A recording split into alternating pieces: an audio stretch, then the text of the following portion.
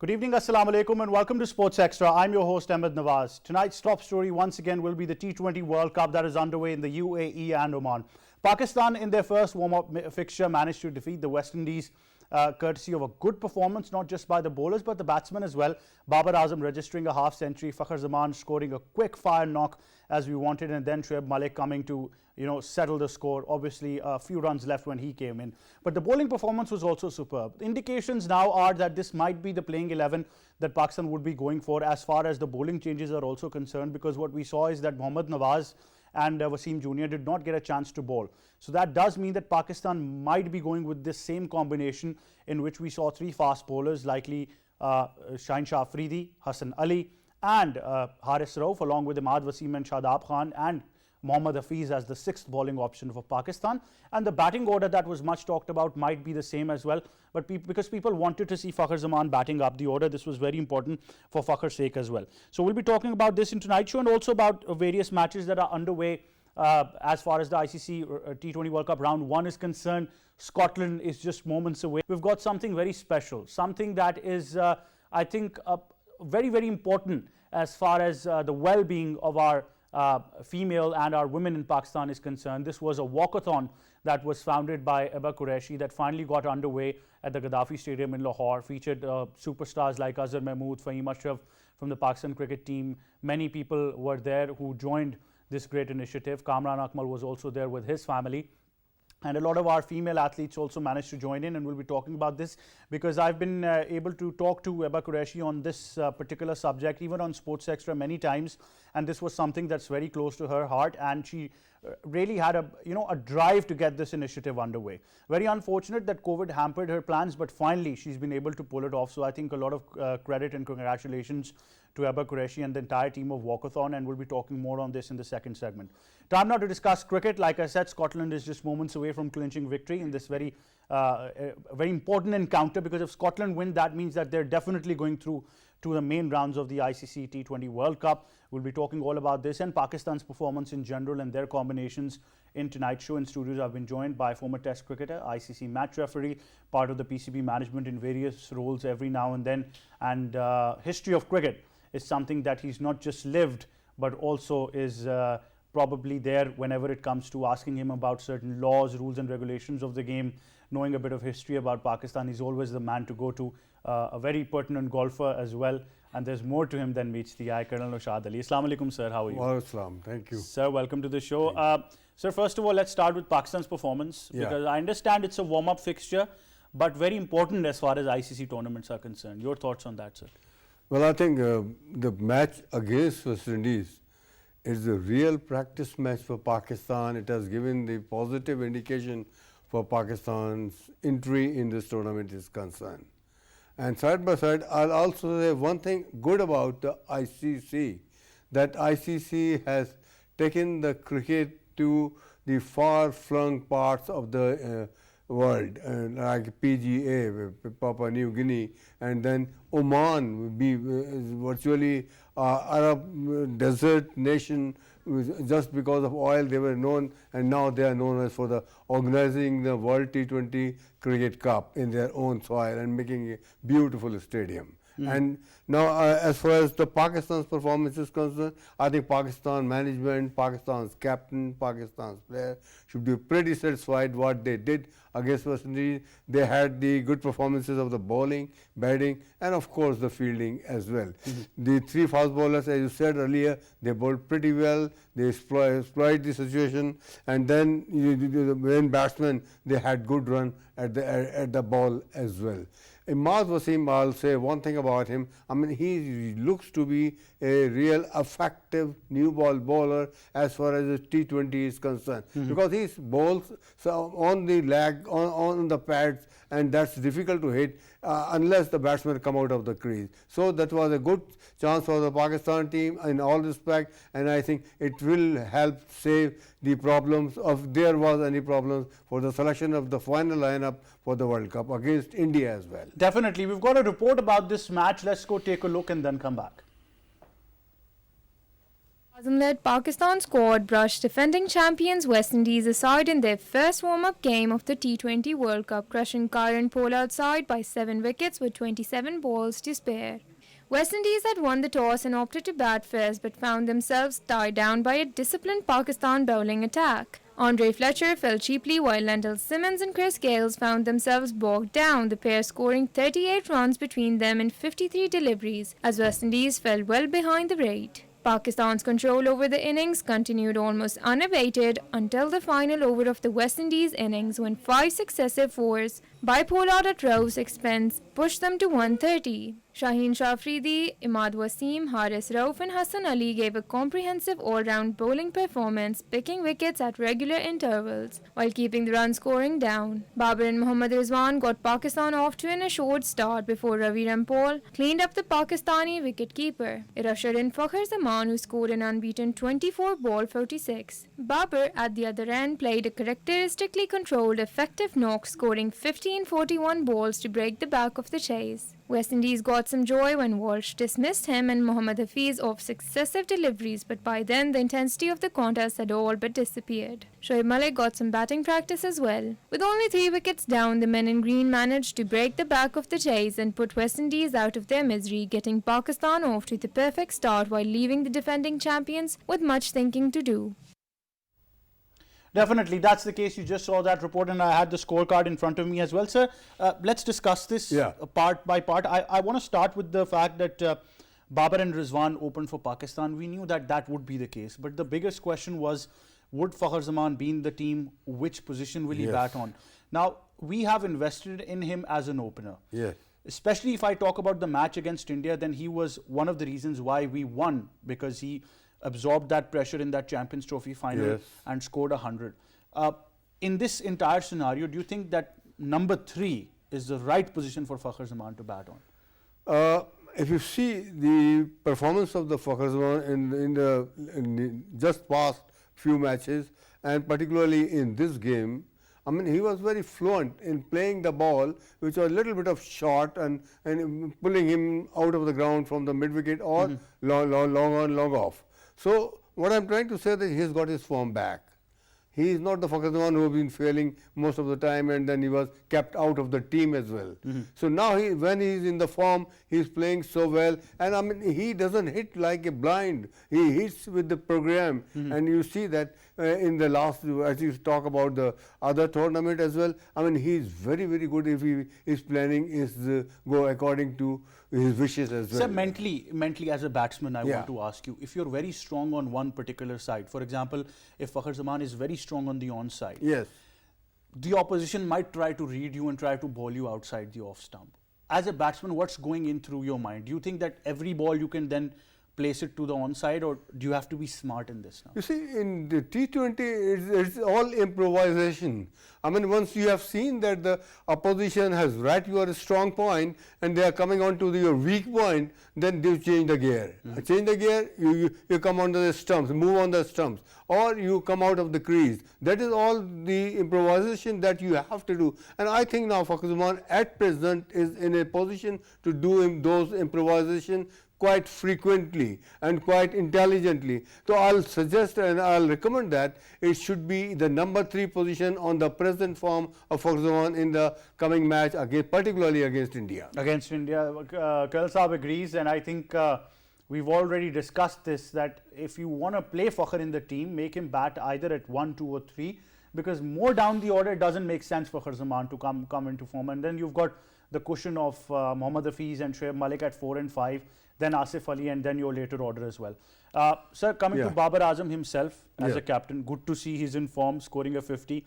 I was very surprised how he hit that 6, so that means that his strike rate ability is now improving. Yes, coming back. As a captain, he looked very animated. He had a good talk with Shadab as well. He was trying to, in a very funny way, trying to criticize him for getting older and not trying to get a run out. So it was a bit fun to see. But that does mean that we were very concerned of him handling the pressure in his first World Cup, but he looks very comfortable. Babar Azam is a complete cricketer. I mean, what he actually needs is the experience. That gradually is coming to him. I mean, as I told you earlier also that he been the part of the Pakistan, a captain Pakistan A team in 2017 when they went to England. And luckily I was the manager of that team. I've seen him quite closely. He is a very true, knowledgeable cricketer, but somehow or the other he sometimes when he is captaining he is a little bit afraid of taking some decision. But now he's got two experienced cricketers with him. One is Shadab Khan, of course he is junior but a friend of Babar Azam, and then Shoaib Malik. The presence of Shoaib Malik also should be an advantage to Babar Azam in case of some crises are there, crisis in the field or crisis in a particular bowler or particular batsman. So I think he is in good hand, and I'm pretty sure that Babar Azam, he will take the advices of all and go according to the plan. He should be successful. Sir, how important is it to have Mohammad Hafiz as your sixth bowling option in the side? Well, Hafiz was a pretty good bowler when his action was not challenged. But after his action has been challenged, he is a flat trajectory bowler.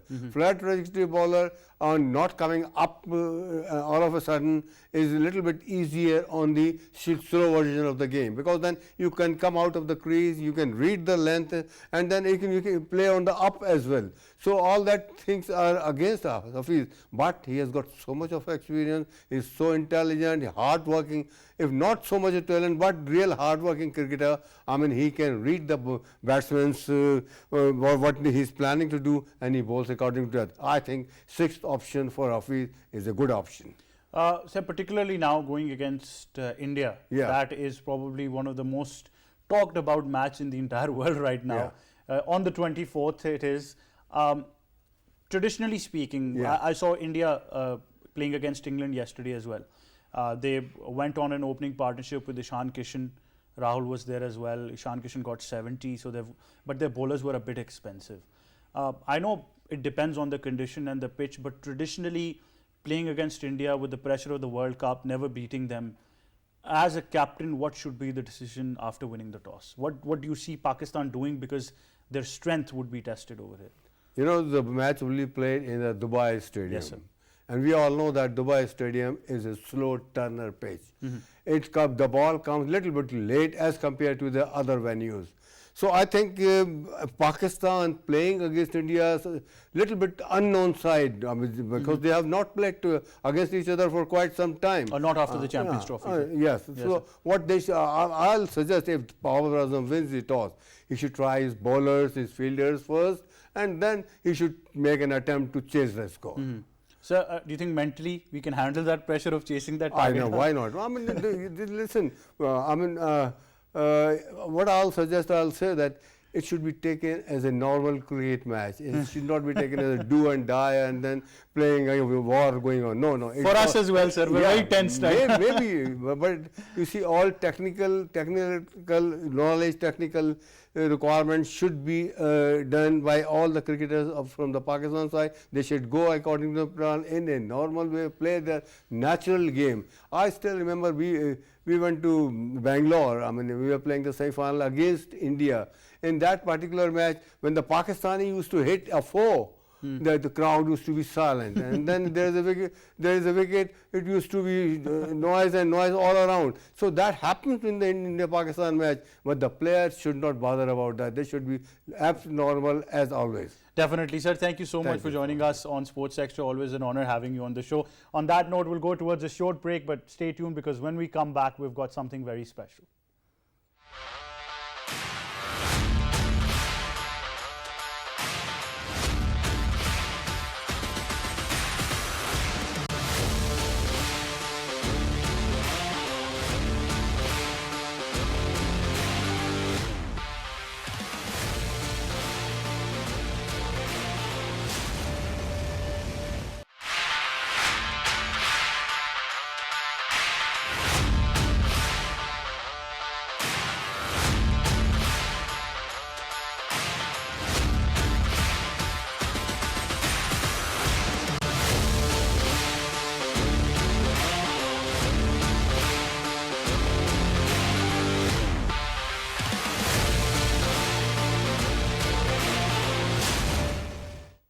Right, welcome back to Sports Extra with me, Ahmad Nawaz. Now, we've often talked about the fact that we need to create an enabling environment for our women to excel in every field, and also talked about the fact that they're part of the national mainstream of the development of the country, equal opportunities and everything. But I think one subject that we always tend to miss out on is the physical well-being of our women. And to promote this, in order to highlight this, there need to be initiatives at a large scale where people can realize the importance of this, and not just people, but women are able to particularly understand how important it is for them in order to excel in life, that they need a physical and a mental tough activity at the same time. This initiative goes way back, because I remember when this was first talked about in Pakistan. Sports Extra had a chance as well to talk on this, and we talked about the fact that Walkathon Pakistan was something that was very, very important. It was very unfortunate that COVID came in and hampered some of these plans, and not just this, but I think everywhere around the world COVID hampered everything that was there to be scheduled in a span of time. The Olympics, World Cups, you name it. So Walkathon Pakistan, of course, got delayed, but that delay did not delay the cause. It did not delay the momentum, the idea of it, the sheer confidence and the sheer motivation that was initiated by its founder, who's joining us on Sports Extra tonight after a very long time, Ebba Qureshi. Assalamu alaikum, how are you? Walaikum assalam. I'm very well, thank you. Great to have you on the show. I know I've said a lot, but you're the right person as the founder of Walkathon Pakistan. First of all, congratulations to you and the entire team, which I probably think includes every Pakistani out there, as you were mentioning. So first of all, how are you feeling to finally get this a successful event that you've been wanting for many years now? Alhamdulillah. I mean, I don't know how to explain my overwhelming feeling. Mujhe pura Sunday off lena pada. I had to take the whole of Sunday off to actually take in the overwhelming response we got. And also it felt like every single person in Pakistan, every single woman in Pakistan was waiting for this. Like, congratulations, aapne kar diya, like you've done it. And and I was like, gosh, everybody knows how persistent we were, that we want to do this year. We want to beat COVID. We want to do it. We wanted to miss the wave and stuff, but we did it. We had an overwhelming response. We had a good quality of everyone there, probably. I don't know about everyone, but we obviously had to have certain numbers because of COVID. We still had to abide by the SOPs, and it was outdoor. Gaddafi Stadium's huge, so any number would look small. But I would say that we had a good number representing each fraternity. So whether it was cricket, whether it was another sport, whether it was students, so we had a really good time. Well, good to see that male counterparts were also there in support of them. I loved the fact that Qainat Amil was out there bringing his daughters as well, and including your counterpart, Asad Bhai, was also leading everybody from the front this time. We were very lucky that we had support of a lot of the men cricketers, the male cricketers, but we also had female cricketers there. And I think that the importance of it is, the reason why I wanted the guys to be there was because it's important to show that it's important to empower your girls. And in fact, Ahmad came with his children, Kami came with his, Qainat Amil, he came with his daughter, and lots of them brought their sisters or daughters, and it was really nice to see. I mean, the Imam was there. We had Wasim Khan, former CEO now. He was there, and and I know because of the work that he's done in his tenure for the women's cricket in Pakistan, it was really important for him to keep supporting. PCB were phenomenal. They absolutely, from groundsman to top to Colonel Ashfaq, I would like to mention him there. They were all absolutely fantastic in supporting the event. I realize your thought process when you first came up with this idea. I still remember that talk that we had. But obviously when COVID kicked in, the importance of this went from here to probably on top notch. It's very important that through this initiative you're promoting a very important message. And it's, let's be honest, that unfortunately we're in a part of the world where these things are not taken seriously. So what's the objective now from here onwards? Well, look, what we want to do is we want to spread awareness on how COVID has really affected us and how physical health is even more important for us now, especially for women. I think, again, there was this gender disparity. Women were still stuck at home during COVID. You'd still find men out. Schools were closed, so our young girls were getting absolutely no activity. So what we're persevering towards is that we'll take Walkathon to every city that we can in this in Pakistan, and really make this a festival. Make this an annual event in each city where all the women are looking forward to it. And you have men there too, because you know, I understand that women can't just come out by themselves to walk. It's a safe space, but yet they do want their, you know, they do want their counterpart, or they do want a brother or someone. And of course, and that's how you show your empowerment. So the idea is to encourage women to do the basics first, which is walking. That's the easiest thing you can do, the cheapest way and the easiest way to keep fit. So that's what it is. And safe spaces, that's why we have, you know, collaborated with the PCB so that we can have their grounds. And remember, a lot of these people have never actually been able to step on the field. And this was the first time a lot of the girls had actually stepped foot in a cricket ground.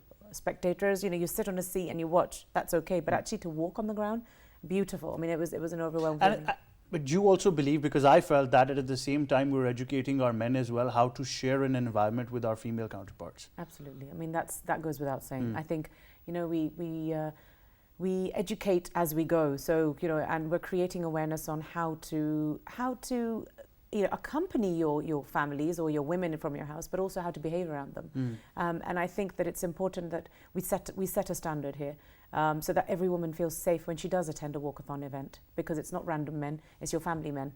So yeah. Talk about enabling environments as well, and I think from cycling to walkathons to everything, the society probably is moving in the right direction, but we've still got a long way to go. What was the general perception of, you know, let's talk about, in a very straightforward way, common house women who were able to come, or some of them who were able to come? What was their general perception like? Extremely excited, because it was something for them. They weren't just accompanying their husband, dad, brother to a cricket match. It was something for them. Where it was the other way around. Where it was the other way around. So, and it was overwhelming to see. They were feeling really comfortable. They were all taking part. There was different activities. We had collaborated with different another company called AimFit, who are you know, pioneers in female fitness as well, and they were doing little fitness challenges, which is where we saw, I don't know if you've seen the pictures, but we've got the men squatting and we've got Norena Shams squatting with them, and she actually was winning, and she's a squash player. Yes. So, but I mean, you know, so it was really nice to see women own this. That's what I want each and every woman and girl to do. This is our event. This is our festival, and we want to learn from it. You know, in Pakistan, until something's trendy and cool, people don't want to join. But that hype dies down, and I want to ask you this about this particularly. That let me relate to it in a sort of a PSL way. That when it's the PSL, everybody's so engaged, but after the PSL's over, in the next couple of months and years, there's no activity, so there's no hype. Talking about Walkathon, you highlighted that you want to take it to major cities of Pakistan, or every city if possible. But obviously, this is an event that takes place. People want to know that outside the calendar of Walkathon, what more efforts are we going to do? Because when I say we, I mean all of us, because we're a part of this. And I still remember you had this vision of promoting PE culture in schools. So obviously, Walkathon comes under Femgames. Femgames is the sports curriculum that we're trying to, you know, engage with different schools in this country. What happens with Walkathon is we go to different cities, weather permittent. Jahan pe weather behtar hoga, we'll go to that city. But also we want to take this globally. I've already been asked, I mean, you'd not believe this, in places like England, Dubai, Hong Kong, India even, to do this you know, particular walkathon over there. And I think the idea is that every time obviously there'll be a lot of digital engagement, but also we want to go into schools and say, right, what are you doing about basic exercise? So not just the Femgames curriculum, for example, but also basic exercise. That's like an advanced version. Advanced version. Yeah. And you know, and I think what I want to say to every woman is that you don't have to be part of a sport. You don't have to play tennis and hockey and boxing to be active. You can just walk. That can come at any age. And if that can start, and with regards to your question on keeping the hype up, just like PSL does. I think PSL is hyped up throughout the year, to be honest. I mean, yes, it's most engaged with when it's on, but then there's drafting, you're following your favorite players, the teams are doing different things. So what we want to do is we want to engage with different ambassadors in different cities who then collectively count the steps, and there's prizes for people who've done the most amount of steps in a week or a month, you know, for example. So we want to keep it as incentivized as possible to keep the hype going. That's very important. Obviously, when you have incentives, and you're able to reach a larger audience as well. And I think the thought and the theme is right, that from here onwards, there's no stopping these superwomen that we're talking about, one of them sitting right here, because I understand the curriculum of Femgames and I understand how important it is to create an enabling environment, not just for women in your own household, but if you want to do it for them, imagine that you want to do it for every woman that's around. So, you've got that shared responsibility, especially men, when it comes to us creating an enabling environment. I think we should be leading from the front, as we talked about a couple of men who were there as well. That being said, when we talk about other cities in the very next future, the very near future that you're in right now here in Pakistan, what's coming up next now? We are working on our next walkathon in a different city. We're also, now that schools are reopening, we are actually, tomorrow, we're doing a Femgames session at a school in Texila. Very nice. So we're going there to engage. They've got a very small sort of engagement of female, female girls in there, female students in there, but we want to engage with the girls in that school and just present the session there for them to get them engaged. They have, as usual, in other schools in this country, that after a certain age, girls start dropping out. So we want to keep this session as engaged as possible, so maybe the girls would stay on later on, as they get to, I think it's around 12 to 13 when you see a drop-off, especially in areas like Texila and these underprivileged areas where education is possibly not... It's very important, Ebba, to talk about the challenges, and since you've been going around the country and trying to promote this, let's identify some of the challenges that you've seen. I think we've spoken about this before. Mindset is the biggest thing. Mindset. Exercise does not cost you, so it's actually not the money. It's not the privilege. Obviously it's a safe space that you're looking for, but also I think the most important, the biggest challenge for me has been the mindset. Me coming from London, the first thing people think, she's come from outside, she's come with a modern mindset, she's going to change our girls. And what I always talk about, and our hashtags even for Femgames and Walkathon have been absolutely basic. For Femgames it was Ab Beti Bhi Khelegi, and with Walkathon it's Ab Har Qadam Sehat Ki Taraf. So it's like, these are basic things, right? And what I want the parents to understand is it's up to you. The onus is up to you to push your child at school, to see the positives out of what games get your child. And we're not making them into athletes and sending them across the other side of the world to, what we're saying is, even if she goes back and she gets married, she goes to a village, she looks after her whole entire village. She needs to have those managerial skills. She needs to have those leadership qualities. She needs to have life skills. And these are again from sport. So mindset has been a big challenge for me, but I think we are progressing and we're doing well. Would you like to mention something about the media? Have they been supportive in this entire initiative? 100%. 110%, in fact, if there is a number like that. Media, corporate houses. Like I was saying, I was so overwhelmed, and I've had so many calls from media houses saying, you have to come and talk about this at our channel. It's great, we want to support you. In fact, there was a channel I went to the other day, and he said, after your walkathon, we invited the female cricketers on, and because we'd never had them before. And I was like, well, this is what we want. If it's giving some kind of effect, if I'm not intending to give that effect, but it's actually, there is a follow-on effect with something to do with women in sports, I'm more than happy, my job is done. But yes, media have been absolutely excellent, and I'm really, really indebted to them. Definitely. I think you've had a very busy schedule jumping from channel to channel, but at the same time, I'm sure that even for you, it feels good to be out of the virtual now, finally onto the field. Oh my God, yes. Yes, the virtual was fun, but much more fun when we actually physically did it. Well, definitely. On that note, I think all the very best for the future as always. You can always find us for support. Thank you. One thing is truly there, that the look on your face says it all, how successful this has been. So I think finally that, that achievement face is finally there now. I feel like I've lifted the World Cup already. so that stress level is now passed. But once again, congratulations to you and everybody involved. I think the entire country and everybody involved. I would like to, can I just thank the PCB? I'd like to thank my husband, Azhar. Azhar was a phenomenal support. And we had connected women who were entrepreneurs in this country who'd really pushed us on. And I had a fantastic team. I had a digital team and I had an events manager. Fantastic. And I think you said, you are as good as your team is. So. Absolutely. So I think the biggest achievement for you would be that no more golf in your living room now, probably. I don't think that will ever end. Well, Ebba, thank you so much for being on the show. Always great having you. On that note, that's all we have time for. But one thing is for sure, that Walkathon has finally set the bar there for you to be out there. Take the women of your house as well. Take your young girls, support them as much as you can, but at the same time you also need to remember that Femgames and Walkathon will be coming to you, so you can get in touch with them over their social media handles, wherever you find them, and probably, you never know, next thing Femgames might be in a school near you. So you can take this initiative and opportunity, and obviously take this model and replicate it at your own as well. If you're unable to step out from your houses, create that enabling environment inside as well.